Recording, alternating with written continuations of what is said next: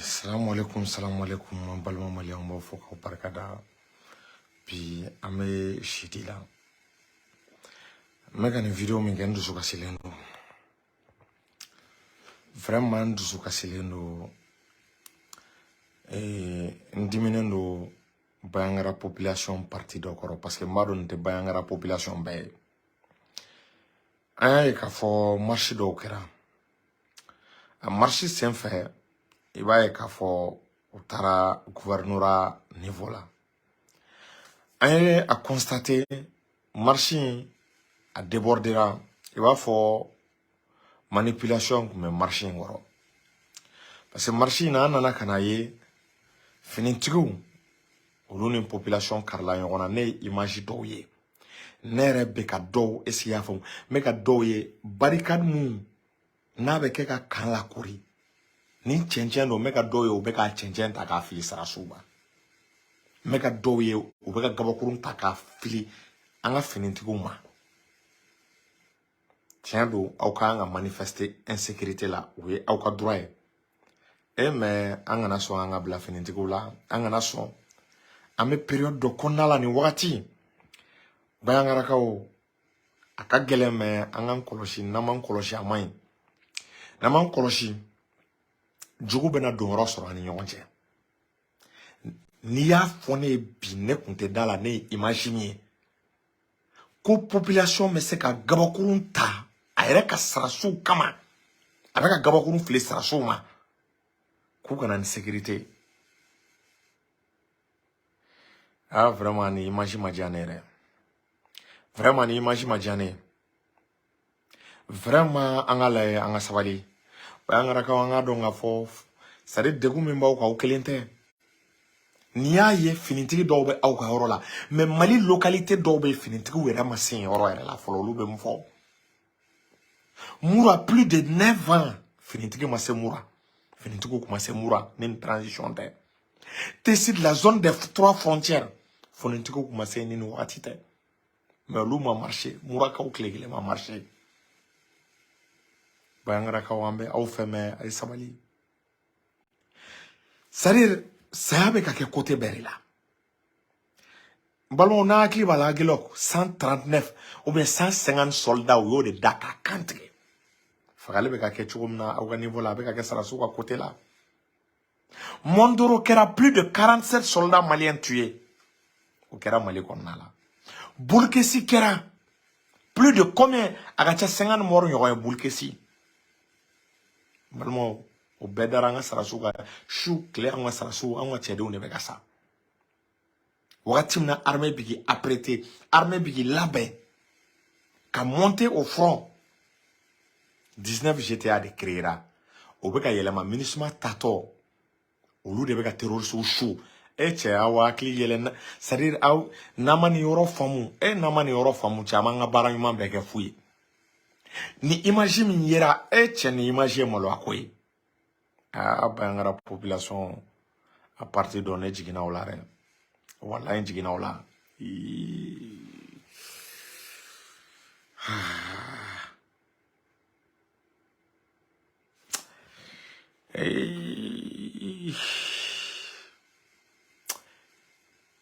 C'est-à-dire, faut qu'à famu, aga problème, ameka nyefo problème, priorité be fambere, l'armée malienne s'apprête, ou ka nga tayoro la ka région occupée, ministre be ka kambla, armée malienne dona okusaku, armée malienne me gilabe avec ta ber, ni armée malienne 3 jours de ane terroriste karle me yona ber avec a poko dula, et che priorité ou ka chasa. Mais au nyinga ka barkan toi, okusaku tira ka barkan toi, est-ce que mo bora ka marcher? Oko sagu tira ka barkan toa e me ama wuli kan ga finiti ko barkan mo la dugu chaman tira ka barkan toa nga ministre toa e ko nana di an yere ka sarasuma na mamuyu an kelente ka sabe ka ke côté ba be ka ke au ka côté la be ka ke sarasu ka côté la jigi flatana ni sarasu ko nan sona ni sarasu ka démoraliser amanga bara be ke fu e bayangara ka wadilla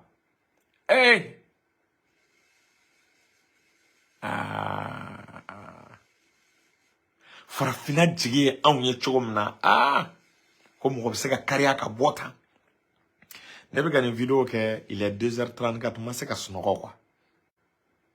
Me kan da chogo me kan da chogo. Nte ka se ka sunoko bayangara population ala. Nyonon ka o jihadisu ye embargo sigi nyonon ka. Wakati do la ka embargo sigi farabu ka. Nyonon ka o mabo ka marché. Eche de gumba ka do abe mali localité bela. Nyo abe nyonon, abe jabali, abe gao, abe Tombouctou. Eche no lu beko ku ka marché anga sabali anga na bi ministre ka piège kono. Ministre tato be terroriste shu ou tise ka teme kalo kele yoronga na. O be harceler ke ka brabagali ke ka moko genga bo village la mais a tise ka teme kalo kele yoronga. Ministre ka objectif ye aka fo kale tara ko kawo créera e ala o be ka terroriste la nyaga ni wakati laba nunu ne la sa terroriste tise ka meni rythme na sa. Eche na mani famu anga Mali insécurité bena banka sawo ge ni ministre tara abna don si sa marfatigi Johnny kele yere de bena le dabo asimiye abe fuka mima suko 27 asimiya den tan koresa bon dans les jours à venir abena yi blindé be ka donner est-ce qu'il y a famu 19 GTA ou be ka yelende atena me quelques chedon 19 GTA est menacé au be nyina mu police militarisera akuye police be na débrouiller kata forona armée be kanin bella benekata eche kangam patiente doni kan patiente doni aw masoko ke kata gaba kurun ko flanga fini to ma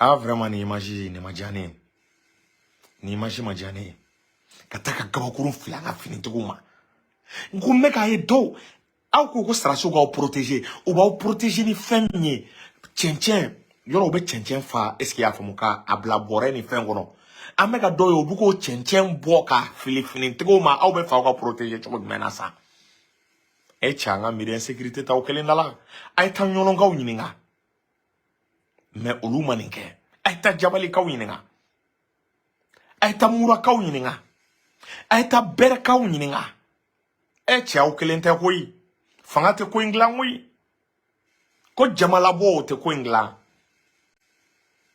armée be barala armée be nale armée be Niger avec a tchedon kele parce que ni kele kera Niger iba e ka fo Mali be sumaya karodugu be sumaya armée be ka ta ber pour que karodugu ka sumaya armée be gilabe akanga du Kidal armée be gilabe ministre ka kambe ka occuper e mbalmo no de kera bayangara ka be wuli ka ko insécurité be ka wuli ka gabakurumbo e chaga do sabe ka côté belare au kelente kasa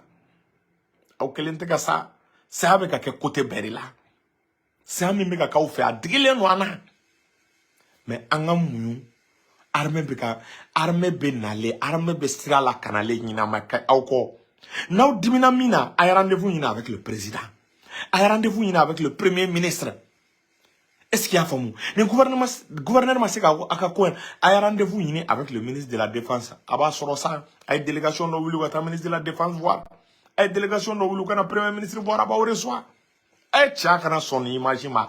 Et tu n'imagines en confunu. L'image en la moloya. N'imagine. Net se kaninde. Mali djougou n'imagine beka ye Mali djougou ka paji bela kabripi. Mali djougou de beka n'imagine bela. Eche nin tote insécurité re tien do insécurité bi mais kataka arme ka kambo ni gabakuru yen quelle période là ka sarasu do ngolo so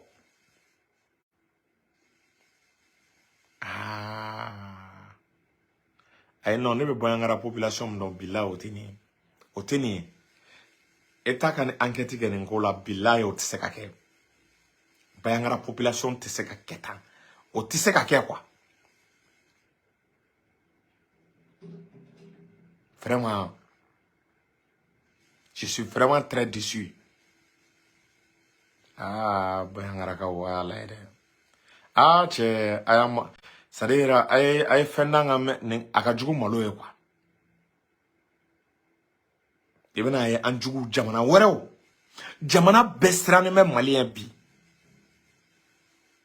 Poutine bɛ ka kɛlɛkɛminɛn de Assimi ma parce que k'a n'a ka jamanadenw kan bɛnnen bɛ cɛ ala fɔlɔ ni san tɛ kelen sa fɔlɔ ni san tɛ kelen aw bɛ fɛ armée ka taa rythme min na armée ka rythme ni civil ka rythme tɛ kelen terroristes bɛ attaque kɛ sa u bɛ mine placer armée ni armée ko k'a bɛ na i b'a ye k'a fɔ u bɛna bin mine na n'u binna mine na u bɛ kisɛ ci u la ni ala ma jan kɛ su bɛ caya u natɔ aw sécuriser u yɛrɛ bɛ tomber à miskali la terroristes bɛ attaque kɛ ka t'u ɲagami population civile la ni avion nana est ce que i bɛ se ka avion ci population civile la ni bombe nana est ce que i bɛ se ka bombe ci population civile la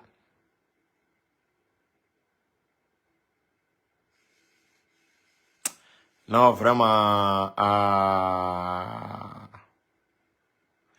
Bayangara population ay bo aka excuse présenter ama ñini aw fe ay bo ka pour que ga jugu malo ay marche wara ke sinaga excuse présenter ka we armée ko akana soni image ka to akana soni nga ka image ye quoi en gara ka image wala may ala kama sini o be sinengara marche wara ka bo ka ba armée ko ka ba armée soutenir ka ba armée demain akana son che ministre ba sa ko soro a tene image diale me ministre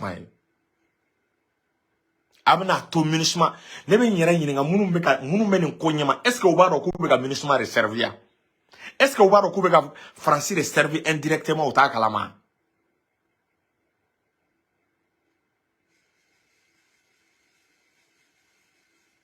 balma ke emi me ga fo ko je ne connais rien de la réalité des pays dogon mais ne be fe ga fo geleate pays dogon kelenga ay ta nyonon kaw nyinga gelea mbe uwa Aïta beraka ou yinenga gela mouka gela me fameri a bebe ka jere nyon fere ambeka mou mbolma obe yina ngo gela be sarasuka sarasuka baton kuturu tunaya anga baton kuturu desimira bulke si uyanga breuruju fara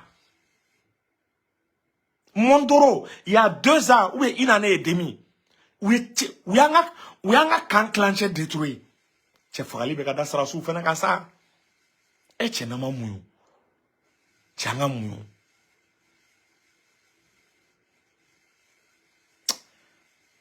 non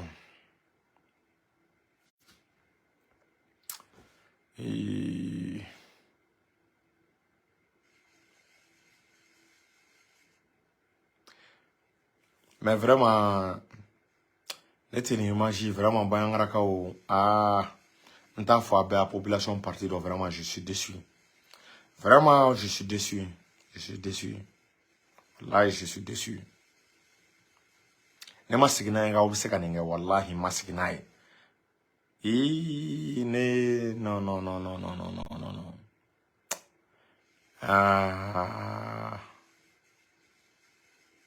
Mbalma ke mi ga fo pour la mort des civils mais civils kelente ga sa sarasu yere be ga sa. Civilu kelente ga sa sarasu yere be ga sa. Odma donc sarasu ga sa e fouye quoi. Sarasu yere be ga sa. Mais mangante bayangara kelo ngabe ber armée ni terroriste be nyona ber. Armée ni terroriste be nyona mena kanya fe.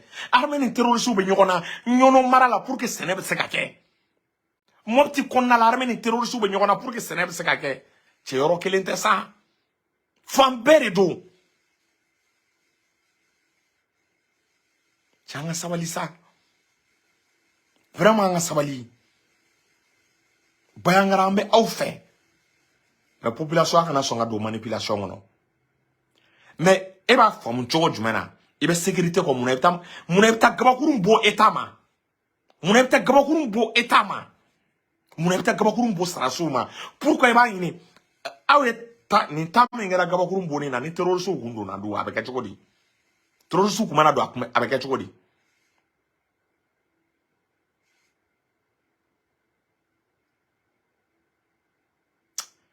Non, vraiment, anga sabali. Ay fenge bayangara population parti don tibefo. Ay koke minga juwere rere. Ay koke. Aka don ambere jelendo sayala. Saya anaka famille mega déplacer aba ambere torola. Ambere torolendo. e cheme anga muyune che Mali armée be dollar ni Mali armée kunte samba soro kun edu samba soro du bayangara dugu willa ni Mali armée kunte samba soro ambe bolla gata yoro la samba soro kun edu be mene obena mo munundo obena obu bolku nyaka min population na ni armée willa sanka be bom ci nyaka min population na e ba population be kla ka botu ko armée be ka civil ou faka ko armée be ka civil ou faka donc a do ko kele me kene akidi kele te dron ko kele ke mina memolo be na kibe ko jugu jolé ko jugu be face à face que terroristes te sont face à face avec l'armée malienne donc anga ta don non pour sous militariser la pour sous ka effectif menalé on kele ke mina de be ka do billahi mina be ka donner tiens mina doni ani mina nga se kele ke oro la chabe tan don neta awakilla ko tellement ne do ni mina nana sisa Tchao de bena ka former minana ni tchao formera minana bataw me former bataw me sorokata terenga sembalmo obetaneta nu tara terenga fuka kanjo yi fuka yoro joye obe la sagon yoro mina mo baraw bere be ka ke olute ko tellement e chenama mu tani ngoro aw be ko nye minai ni mina mega sa nu eduguchi mina on ni terrorist kala mina wi e changa sabali don sa ministre ni français de begani ni attaque nununge mais nama famu namu ka je famu nam blala armée la ne se ko de famu ka blarme konna ne te se ko de famu eche akuma bayangara ka akuma gabakurun ke armée bo akuma ngake eche akuma ngake